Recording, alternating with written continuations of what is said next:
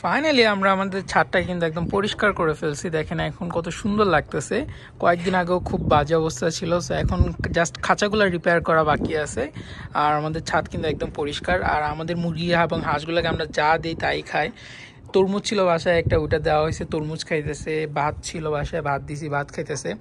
এমন না যে এই খাবারগুলো খাওয়ার কারণে তাদের কোনো সমস্যা হয় বা ডিম বাচ্চা করে না। সো আমি আপনাদেরকে দেখাচ্ছি তারা কতগুলো করে ডিম পারে। বিশেষ করে যে সাদা মুরগিগুলো আছে এগুলো কিন্তু প্রচুর ডিম পারে। এই যে দেখেন এখানে 3টা আছে, দেন উপরে হচ্ছে বড় ডিমগুলো আছে। এটা হচ্ছে সাদা মুরগির ডিমগুলো বড় হয়, আর ছোটোগুলো হচ্ছে দেশি মুরগি। আমাদের এখানে টোটাল 13টার মতো মুরগি আছে, একটা ছোট বাচ্চা সহ, এবং হাঁস আছে 4টা, যার মধ্যে 3টা চীনা হাঁস আর একটা হচ্ছে দেশি হাঁস। হাঁসের ঘর থেকে এই বক্সটা আমরা বের করে ফেলছি, কারণ এটা একটু সমস্যা ছিল। সো এটার মধ্যে কোনো কাজ হবে না এই জন্য। আর আমরা একটা ছোট কাঠ দিয়ে রাখছি যাতে বৃষ্টি বাদল হইলে মুরগিগুলো উপরে বসতে পারে, পানিতে যাতে ভিজে না যায়। এখন আমাদের মেইন টার্গেট হচ্ছে খাঁচাগুলোকে রিপেয়ার করা। আমরা এই হাঁস মুরগির খাঁচাটাকেও রিপেয়ার করব এবং কবুতরেরটাকেও করব।